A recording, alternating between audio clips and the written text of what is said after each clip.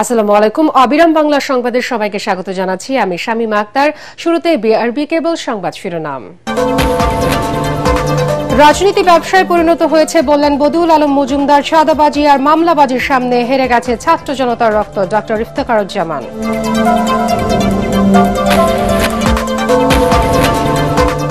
রাজধানী ঢাকা উদ্যানে ঘরে ঢুকে এক প্রবাসীকে কুপিয়ে হত্যা, সিসিটিভি ফুটেজ দেখে সন্ত্রাসীদের গ্রেফতারে মাঠে নেমেছে পুলিশ।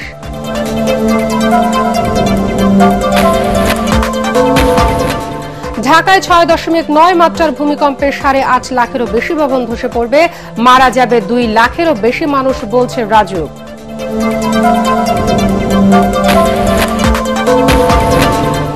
সিরাজগঞ্জের কাজীপুরে জুট কাপড়ের তৈরি কম্বল গ্রামীণ অর্থনীতিতে সৃষ্টি করেছে নতুন সম্ভাবনা। প্রতি শীত মৌসুমে বেচা কেনা হয় কোটি টাকা। এবং বগুড়ায় ফসলের ক্ষেতে চলছে ধান কাটার ধুম, পোকার আক্রমণ এবং খরচ বেড়ে যাওয়ায় দুশ্চিন্তায় কৃষক।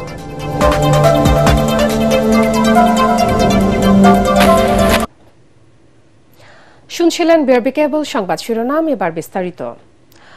রাজনৈতিক দলগুলোর একটি অংশ অপরাধ কাণ্ডে জড়িয়ে যাওয়ায় নতুন বন্দোবস্তর স্বপ্ন অধরাই থেকে যাচ্ছে বলে মনে করেন নাগরিক সমাজের প্রতিনিধিরা। রাজধানীতে আয়োজিত একটি সেমিনারে এ আক্ষেপ জানান তারা। এ সময় নির্বাচন সংস্কার কমিশনের প্রধান ডক্টর বদিউল আলম মজুমদার বলেন, মনোনয়ন বাণিজ্যের কারণে রাজনীতি ব্যবসায় পরিণত হয়েছে।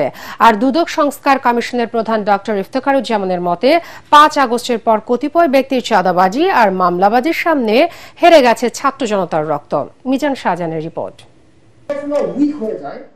নির্বাচনী অর্থায়ন নিয়ে আয়োজিত সেমিনারে কথা বলেন বিএনপি, জামাত ও এনসিপির প্রতিনিধিরা। বেশিরভাগ নেতাকর্মী নিজের পয়সা থেকে, নিজের পকেট থেকে ব্যয় করে দলও করছে, জেলেও গেছে। নির্বাচন সংস্কার কমিশনের সদস্য জেসমিন টুলি বলেন, বর্তমান আরপিও দিয়ে ভোট বাণিজ্য ঠেকানো সম্ভব নয়। এই যে এখন যে সমস্ত পোস্টার প্রচারণা আমরা দেখছি রাজনৈতিক দলগুলোর ব্যক্তি, এই খরচটা কোথায় আসবে, এই উৎসটা কোথায়, সেগুলো যদি আমরা লিগ্যাল করে দেওয়ার জন্য আইনের মধ্যে ঢুকাই দিই, হ্যাঁ এটা লিগ্যালি তারা এই সোর্স থেকে নিতে পারবে। টিআইবি নির্বাহী পরিচালক ডক্টর ইফতেখারুজ্জামান বলেন, 5 আগস্ট বিকেল থেকে বড় বড় রাজনৈতিক দলের কেউ কেউ যা করছেন তা রীতিমতো পুরনো ধারার ধারাবাহিকতা। 5 তারিখ বিকেলবেলা সারা দেশে অলমোস্ট উইদাউট এক্সেপশন দলবাজি, দখলবাজি, চাঁদাবাজি, পরবর্তীতে গ্রেপ্তার বাণিজ্য, মামলা বাণিজ্য, ট্যাগ বাণিজ্য, জামিন বাণিজ্য সয়লাভ হয়েছে। এর মধ্যে কারা জড়িত ছিল? আমাদের mainstream political forces who were victors of the movement at the cost of 1200 lives. Sujan সম্পাদক ডক্টর বদিউল আলম মজুমদার আক্ষেপ করে বলেন, নির্বাচন সংস্কার কমিশনের বেশিরভাগ সুপারিশ আমলে নেওয়া হয়নি আরপিওতে। মনোনয়ন বর্জ্য হলো আমাদের যে অনিষ্টের একটা বড় কারণ এবং বড় উৎসাহ, বড় কারণ, এবং এর মাধ্যমে কিন্তু রাজনীতিটা ব্যবসায় পরিণত হয়েছে। এবং বস্তুত রাজনীতিটা একটা ব্যবসা। এবং আমার কাছে প্রশ্ন, আসলে আমাদের দেশে রাজনৈতিক দল আছে কিনা, রিয়েলি রাজনৈতিক দল আছে কিনা? আমাদের কতগুলো দল আছে যেগুলো একটা ব্যবসায়িক সিন্ডিকেট। বক্তারা বলেন, রাজনীতির জাদুর কাঠির জোরে জনপ্রতিনিধিদের সম্পত্তি বাড়ে লাফিয়ে লাফিয়ে। এই অপসংস্কৃতি চালু রেখে নতুন বন্দোবস্তের আশা নিরাশায় রূপ নিতে যাচ্ছে। মিজান শাহজাহান, এটিএন বাংলা, ঢাকা। ছিনতাইকৃত টাকা ফেরত চায় রাজধানী মোহাম্মদপুরে ঢাকা উদ্যান এলাকায় এক যুবককে কুপিয়ে হত্যা করেছে সন্ত্রাসীরা। সোমবার রাতে ঢাকা উদ্যানের বি ব্লকে নিজ বাসার সামনে হত্যার ঘটনা ঘটে। নিহত ব্যক্তির নাম বিল্লাল হোসেন ওরফে বাবু। তিনি একজন প্রবাসী। এ ঘটনায় তার বাবাও আহত হয়েছেন। তিনি শহীদ সোহরাওয়ার্দী মেডিকেল কলেজ হাসপাতালে চিকিৎসাধীন। নিহতের স্বজনরা জানান, হামলাকারীরা নিহতের বাবাকে মারার চেষ্টা চালায়। বাবাকে উদ্ধার করতে ছেলে বাবু এগিয়ে গেলে তাকেও মারতে উদ্যত হয় সন্ত্রাসীরা। এক পর্যায়ে বাসার ভেতর ঢুকে আশ্রয় নেওয়ার চেষ্টা করলে সেখানে কুপিয়ে গুরুতর জখম করে বাবুকে। হত্যাকাণ্ডে জড়িত রাজীব, সবুজ, রুবেল, মোহন সহ কয়েকজনকে শনাক্ত করে গ্রেফতারের চেষ্টা চলছে বলে জানায় মোহাম্মদপুর থানা পুলিশ।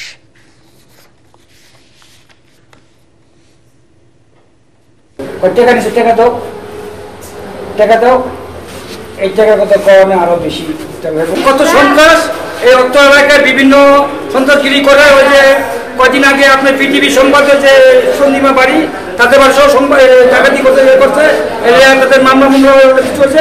আমরা সবাই বসে ছিলাম দোকানের সামনে, পরে দেখলাম সবাই চাপাটি ছুরি নিয়ে আসলো, তো আমার বাইরে কি দোকানে ঘরে আয় তাড়াতাড়ি ঘরে, এর মধ্যে আমার বাপের কোপ দেওয়ার সাথে সাথে আমার বাইরে করতে ধরার সাথে সাথে আমার বাইরে গাছ পাশে। এখন মৃত্যুর বদলে মৃত্যু চাই, ফাঁসি চাই, প্রত্যেকটা লোকের ফাঁসি চাই। ঢাকায় 6.9 মাত্রার ভূমিকম্প হলে 8.5 লাখেরও বেশি ভবন ধসে পড়বে বলে জানিয়েছে রাজধানী উন্নয়ন কর্তৃপক্ষ রাজুক। এতে প্রায় 2 লাখের বেশি মানুষ প্রাণ হারাবেন বলে ধারণা করছে সংস্থাটি। রাজধানীতে এক সেমিনারে ভয়াবহ এই পরিস্থিতিতে দ্রুত জরুরি প্রকল্প হাতে নিয়ে শহরের প্রতিটি ভবন নিরীক্ষা করার পরামর্শ দিয়েছেন বিশেষজ্ঞরা। এ সময় ভবন নিরীক্ষায় শুধু রাজুকের উপর নির্ভর না করে বেসরকারি সংস্থাকেও এতে যুক্ত করার জন্য গুরুত্ব দেন পরিবেশ উপদেষ্টা সৈয়দা রেজওয়ানা হাসান। এমদাদুল্লাহ বাবুর রিপোর্ট। শুক্রবারের মৃদু মাত্রার কয়েক সেকেন্ডের ভূমিকম্পে প্রাণ হারান অন্তত 10 জন, আহত হন 6 শতাধিক মানুষ। ওই কম্পনে এখনও জনমনে বিরাজ করছে আতঙ্ক। এমন প্রেক্ষাপটে ভূমিকম্পের ঝুঁকি হ্রাসে প্রস্তুতি ও করণীয় নিয়ে বিশেষজ্ঞ সহ অংশীজনদের সাথে মতবিনিময় সভার আয়োজন করে রাজুক। সমীক্ষা প্রতিবেদনে জানানো হয়, রাজধানীতে দিনের বেলা মধুপুর ফল্টে 6.9 মাত্রার ভূমিকম্প হলে 8.5 লাখ ভবন ধসে মারা যেতে পারে 2 লাখের বেশি মানুষ। আর সিলেটে ডাউকি ফল্টে 7.1 মাত্রার ভূমিকম্প হলে ঢাকায় 40,935টি ভবন ধসে পড়তে পারে। আর্থিক ক্ষতি হতে পারে অন্তত 25 বিলিয়ন মার্কিন ডলার। আমাদের এখানে আজকে হবেই, সেটা কালকে হবে না আজকে হবে, সেটা আসলে তর্কে না যে আমাদের ওই জিনিসটা মাথায় রাখবো যে একটা বড় হয়ে গেছে, উই আর শকড, এবং এটা আশ্বস্ত করে এবং সামনে আমাদের প্রিপারেডনেস ছাড়া আসলে কোনো উপায় নেই। কারণ পাশাপাশি বিল্ডিং দুইটা ভালো মনে হবে, কিন্তু একটা খারাপ একটা হয়তো ভালো কোয়ালিটি হতে হবে। So every building you have to check. So that is the crash program we have to take for the next couple of months or years. বিশেষজ্ঞরা বলছেন, ঢাকার বিদ্যমান ভবন সংস্কারের পাশাপাশি সুউচ্চ ভবন নির্মাণের চিন্তা পরিহার করা দরকার। নগরের মধ্যে কোথায় অতি ঘন নগর হবে, কোথায় নগর হবে কিন্তু সেটা অল্প ঘন, সেটা আবার মাটির কোয়ালিটির সাথে জিওলজিক্যাল স্ট্রাকচারের সাথে মিল রেখে সেই নগরায়ন করতে হবে। বাংলাদেশের নগরায়নের প্রক্রিয়াতে ধারায় এই যে জিওলজিক্যাল ক্যারেক্টারকে আমলে নেওয়ার বিষয়টা প্রায় অনুপস্থিত। এ সময় রাজুক চেয়ারম্যান প্রকৌশলী রিয়াজুল ইসলাম জানান, যেসব কর্মকর্তা ঢাকায় অবৈধ ভবন নির্মাণে বাড়িওয়ালাদের সহযোগিতা করেছেন তাদের আইনের আওতায় আনা হবে। রাজুকের যারা কর্মকর্তা কর্মচারীর মধ্যে দুর্নীতি আছে, আবার এটা যারা বাড়ি করেন তাদের সচেতনতার অভাব, আবার স্বার্থের অভাব। তারা কি চান, মানে আমি একটু ব্যর্থ করলে কি হবে, আমি 200 স্কোয়ার ফিট এক ফ্ল্যাট একটা জায়গা বেশি পাবো। অভিযান চলবে, সচেতনতা চলবে, এবং নতুন করে রাজুক চিন্তা করছে সোশ্যাল যে রেসপন্সিবিলিটি, সেখান থেকে আমরা এই কাজটা করতে চাই। অনুষ্ঠানে পুরান ঢাকা সংস্কারের উদ্যোগ আবারও নেয়ার পরামর্শ দেন সরকারের উপদেষ্টারা। অ্যাসেসমেন্টের জন্য লিস্ট করে বলে দিই যে এই ফান্ডকে আমরা বললাম, এখানে যদি সরকারের ক্রয় প্রক্রিয়া এগুলো আমরা আনা শুরু করি, তাহলে 6 মাসে 1 বছরে সেই ক্রয় প্রক্রিয়া শেষ হবে না আর কাজ শুরু হবে না। সেখানে প্রসেস ইজি করে রাজ্যকে একটু বেশি ক্ষমতা দিয়ে আমার মনে হয় কাজটা শুরু করতে হবে। ভূমিকম্প মোকাবেলার ব্যবস্থা করতে পারি সেটার চিন্তাটাও আছে। আর সবচেয়ে বড় জিনিসটা হচ্ছে যে জনগণের প্রস্তুতির পাশাপাশি সরকারি যে বিভিন্ন প্রতিষ্ঠানগুলো আছে সেটার সমন্বয়, এই নিয়েই আমরা কথা বলছি এবং এটাকে কার্যকর করার চেষ্টা করছি। সভায় সব শ্রেণী পেশার মানুষকে ভূমিকম্পে নিরাপদ থাকার প্রাথমিক প্রশিক্ষণ দেওয়ার উপর গুরুত্ব দেন বিশেষজ্ঞরা। ইমদাদুল্লাহ বাবু, ATN বাংলা, ঢাকা। দেশের পণ্য রপ্তানি সহজ করতে নতুন নীতিমালা ঘোষণা করেছে বাংলাদেশ ব্যাংক। নতুন নিয়ম অনুযায়ী রপ্তানিকারকরা এখন বৈশ্বিক অনলাইন প্ল্যাটফর্মে বা মার্কেট প্লেসের মাধ্যমে বিজনেস টু কনজিউমার কাঠামোয় সরাসরি চূড়ান্ত ক্রেতার কাছে পণ্য বিক্রি করতে পারবেন। কেন্দ্রীয় ব্যাংকের বৈশ্বিক মুদ্রা এবং নীতি বিভাগ এ আদেশের প্রজ্ঞাপন জারি করে। এতে বলা হয়, রপ্তানিকারককে অবশ্যই অনলাইন প্ল্যাটফর্মে নিবন্ধনের প্রমাণ ব্যাংকে জমা দিতে হবে। রপ্তানি আয় দেশে আনার ক্ষেত্রে প্রচলিত ব্যাংকিং চ্যানেলের ব্যবহার অব্যাহত থাকবে। অনলাইন প্ল্যাটফর্মের মাধ্যমে একাধিক চালানের রপ্তানি আয় আসলে নিষ্পত্তির সময় ফার্স্ট ইন ফার্স্ট আউট নীতি অনুসরণ করতে হবে। যাচাই বাছাই শেষে ঘোষিত মূল্যের চেয়ে বেশি রপ্তানি আয় থাকলেও তা গ্রহণযোগ্য হবে। বাংলাদেশ ব্যাংক জানায়, এর বাইরে অন্যান্য রপ্তানি নির্দেশনা অপরিবর্তিত থাকবে।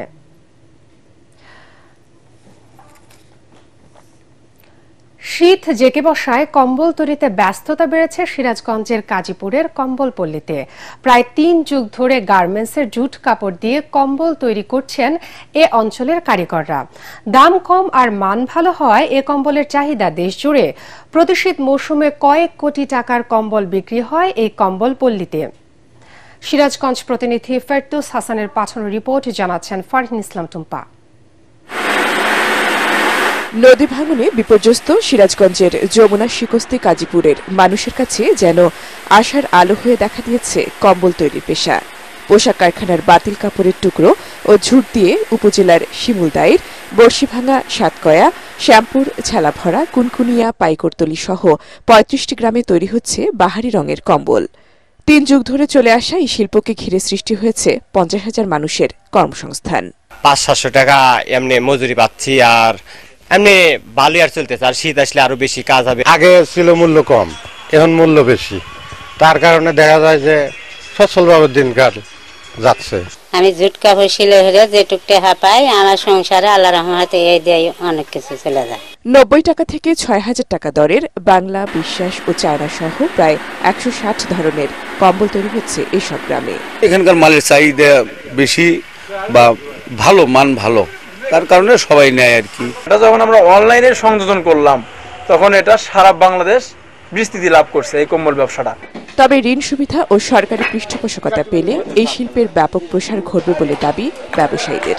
সরকার যদি আমাদেরকে স্বল্প সুদে ঋণ প্রদান করে তাহলে আমরা ব্যবসা আরো বেশি বড় করতে পারবো, পাশাপাশি আরো বেশি কর্মসংস্থান তৈরি করতে পারবো। রংপুর, দিনাজপুর, পঞ্চগড়, ঠাকুরগাঁও এসব এলাকায় আমরা বিক্রি করি, তাতে আমাদের ভালো হয় এবং এদের গুণগত মানটা অনেক সুন্দর। সহজ শর্তে ঋণ প্রাপ্তিতে সহযোগিতার আশ্বাস Sirajganj chamber of commerce and industry সহ শিল্পোদ্যোক্তাদের।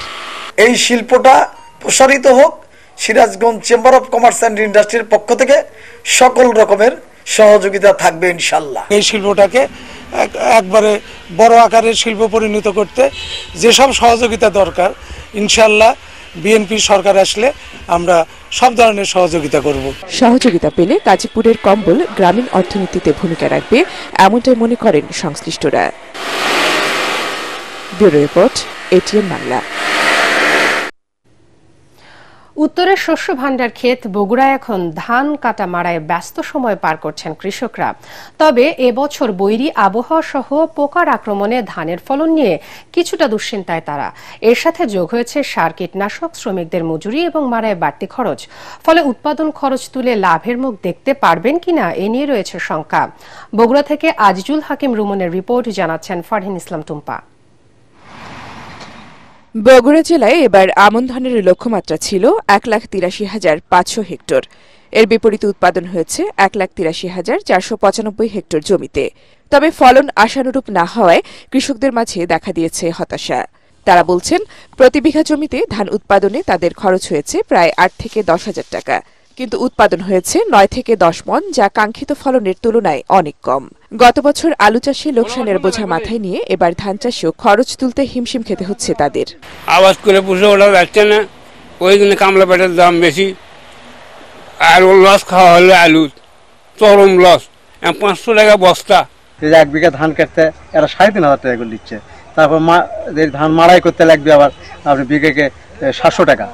তারপরে খাবার আছে ১১০০-১২০০ টাকা মন বেচা হয়, আমাকে অন্তত বিঘাকে ৩-৪ হাজার টাকা লস থাকে। খাদ্য অধিদপ্তর জানায়, এ অবস্থায় প্রকৃত কৃষকদের কাছ থেকে ধান চাল সংগ্রহ করতে পারলে কিছুটা হলেও ক্ষতি পুষিয়ে নেওয়ার সুযোগ পাবে কৃষক।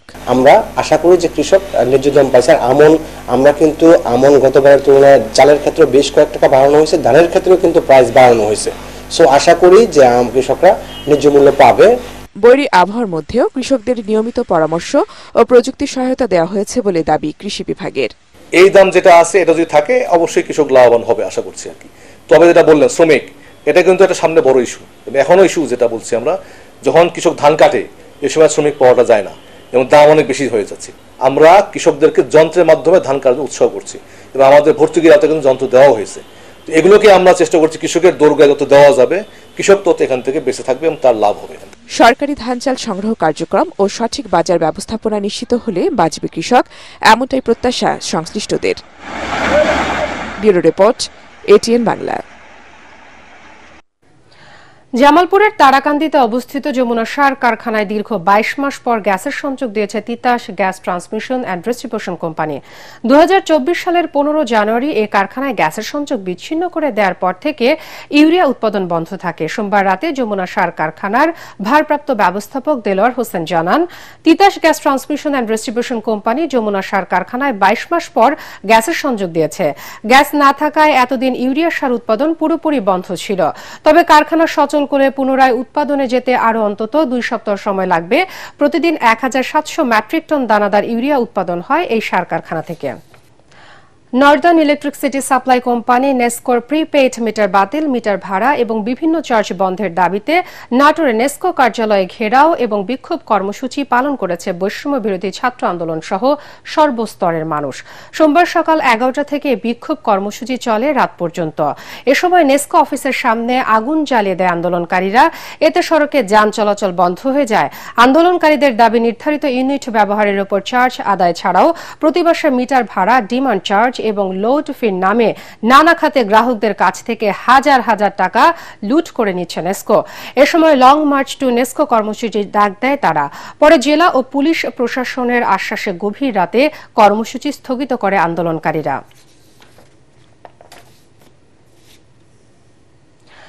শেরপুরে নালিতা বাড়িতে হয়ে গেল হাজং নৃ জনগোষ্ঠীর বিলুপ্ত প্রায় নয়া খাওয়া নবান্ন উৎসব। উপজেলার কয়রাকুড়ি গ্রামে নিরঞ্জন হাজং এর বাড়ির আঙিনায় এ উৎসবে হাজং ঐতিহ্য অনুসারে শস্য দেবতার উদ্দেশ্যে নতুন ফসল উৎসর্গ করে বাস্তু পূজা করা হয়। পরে বিন্নি চালের ঐতিহ্যবাহী বিচি ভাত সহ নানা রকম খাওয়া দিয়ে আয়োজন করা হয় মধ্যাহ্নভোজের। Institute for environment and development আইইডির সহযোগিতায় নাগরিক প্ল্যাটফর্ম, জন উদ্যোগ, শেরপুর কমিটি এবং বাংলাদেশ জাতীয় হাজং সংগঠন শেরপুর জেলা শাখা যৌথভাবে এই উৎসবের আয়োজন করে। এ সময় আলোচনা সভা এবং সাংস্কৃতিক অনুষ্ঠানের আয়োজন করা হয়। এতে বিশেষ সম্মাননা দেওয়া হয় হাজং নেত্রী কল্পনা রানী হাজংকে। সন্ধানী লাইফ ইন্স্যুরেন্স আন্তর্জাতিক সংবাদ।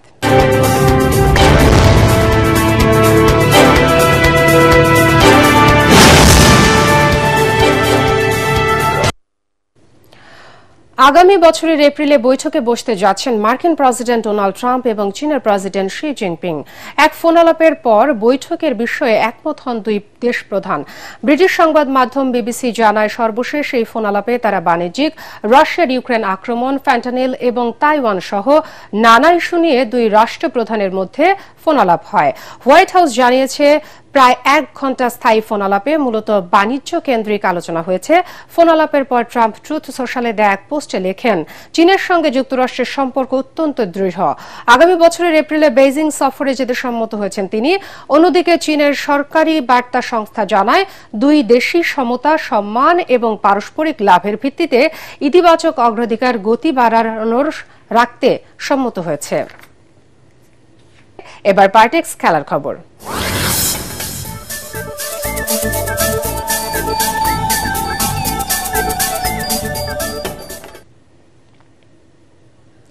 ব্রাজিলকে টাইব্রেকারে পরাজিত করে ফিফা অনূর্ধ্ব ১৭ বিশ্বকাপ ফুটবলের ফাইনালে উঠেছে পর্তুগাল।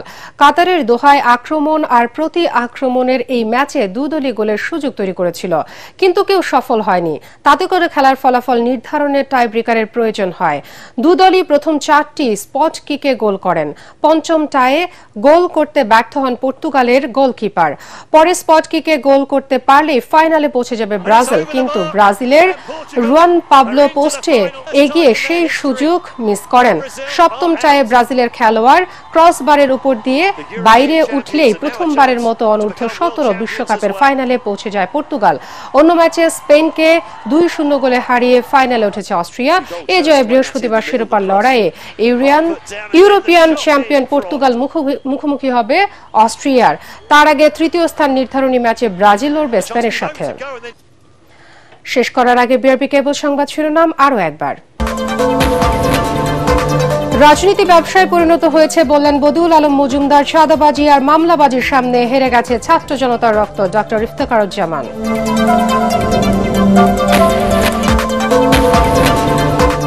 রাজধানী ঢাকা উদ্যানে ঘরে ঢুকে এক প্রবাসীকে কুপিয়ে হত্যা, সিসিটিভি ফুটেজ দেখে সন্ত্রাসীদের গ্রেফতারে মাঠে নেমেছে পুলিশ।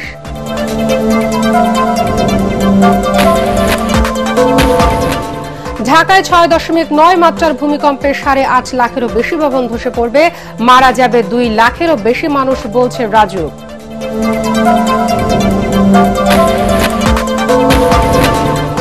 সিরাজগঞ্জের কাজীপুরে জুট কাপড়ের তৈরি কম্বল গ্রামীণ অর্থনীতিতে সৃষ্টি করেছে নতুন সম্ভাবনা। প্রতি শীত মৌসুমে বেচা কেনা হয় কোটি টাকা। এবং বগুড়ায় ফসলের ক্ষেতে চলছে ধান কাটার ধুম, পোকার আক্রমণ এবং খরচ বেড়ে যাওয়ায় দুশ্চিন্তায় কৃষক।